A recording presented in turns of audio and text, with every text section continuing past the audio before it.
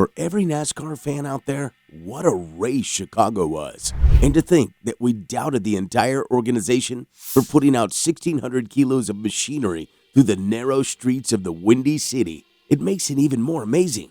NASCAR drivers were pretty satisfied, but apart from them, fans had a lot of positive feedback to say to the debut race. One that was also won by a debut driver. As a cherry on top, the winner of the Chicago race is now looking forward to making a full NASCAR entrance in 2024 thanks to his amazing performance last week. So who said that innovation in NASCAR is dead? Will we see Chicago revolutionize the sport and finally bring the momentum that F1 is taking from this category? For years, NASCAR was the most popular racing competition in the USA, and there wasn't even a competition here. However, with the latest surge of F1, NASCAR knew they had to do something to keep the fans entertained. And what's a better way than to introduce a street circuit? Yes, our initial opinions were that this race is going to be a total disaster, which was also an opinion shared by many experts and NASCAR drivers out there. But it turned out to be the complete opposite. The winner of the race, Shane van Gisbergen, debuted in NASCAR last week. And as a triple supercars champion, it was definitely expected from him to deliver a top-notch result here.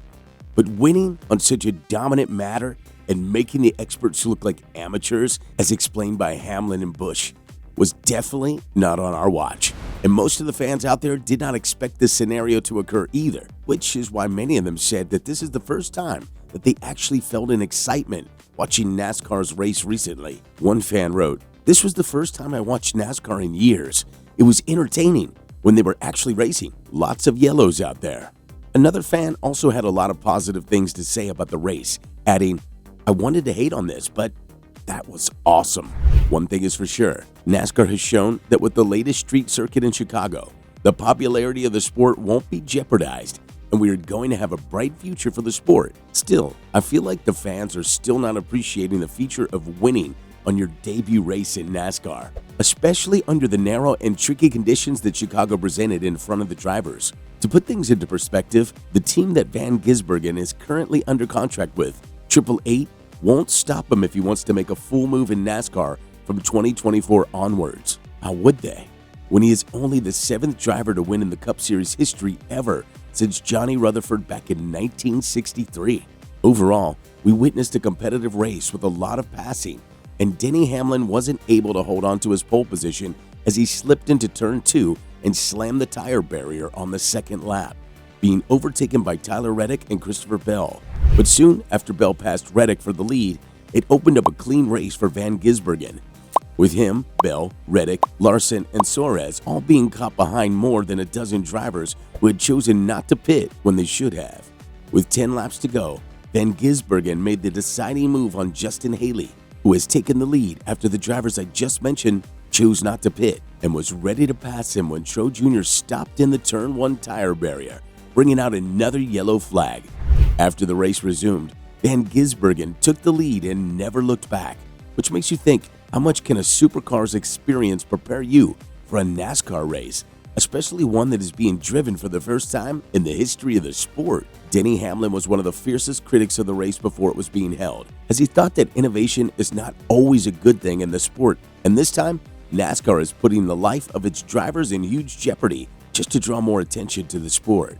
But during and after the race, it's evident that the narrative has changed, something that Bubba Wallace has warned us that can and will happen in the coming days, as he had a lot of trust in NASCAR's organization to pull out this phenomenal project by racing in the streets of Chicago. When talking about Van Gisbergen's shocking debut win, Hamlin has dubbed the Kiwi to be the greatest athlete in the world of motor racing. As the JGR driver continued to speak, I was walking out with him after qualifying and he was saying, "Congrats, nice lap and whatnot."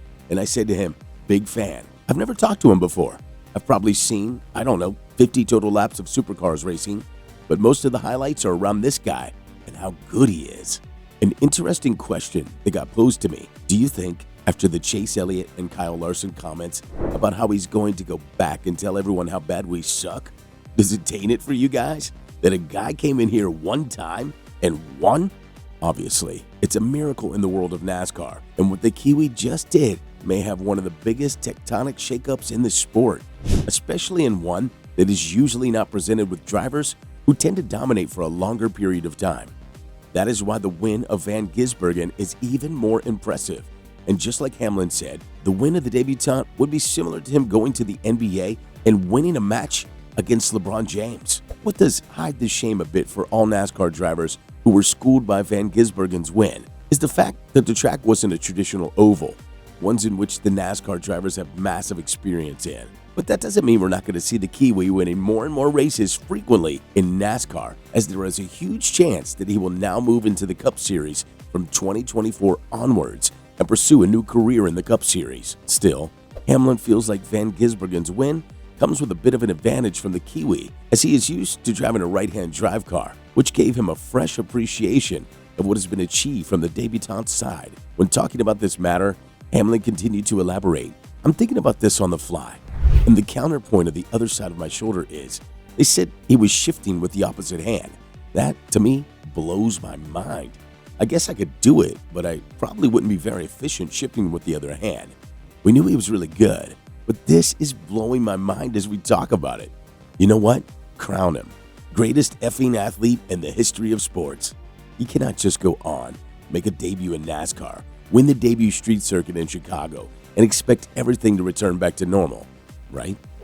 Well, obviously, the future of the three-time Supercars champion is now under a huge question mark, but for the good of the sport.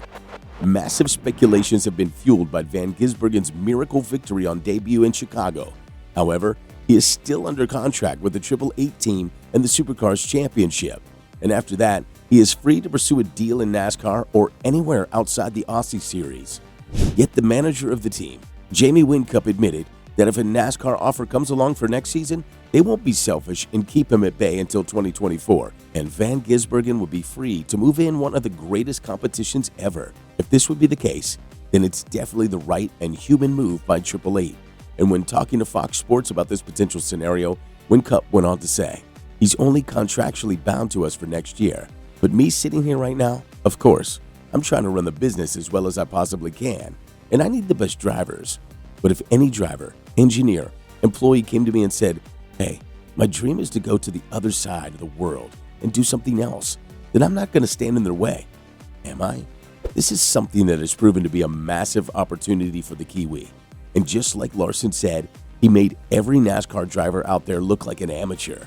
Still, there is far more to achieve in NASCAR to be considered as a complete driver, as we all know that the competition is not focused entirely on racing in the street circuits. Even though this scenario might be further exploited just so that the sport will witness another boom in popularity, be that as it may, do you think that we are going to see Van Gisbergen in NASCAR from 2024 onwards? And do you think that he has a lot more to give to the sport, or is he just a one-race wonder?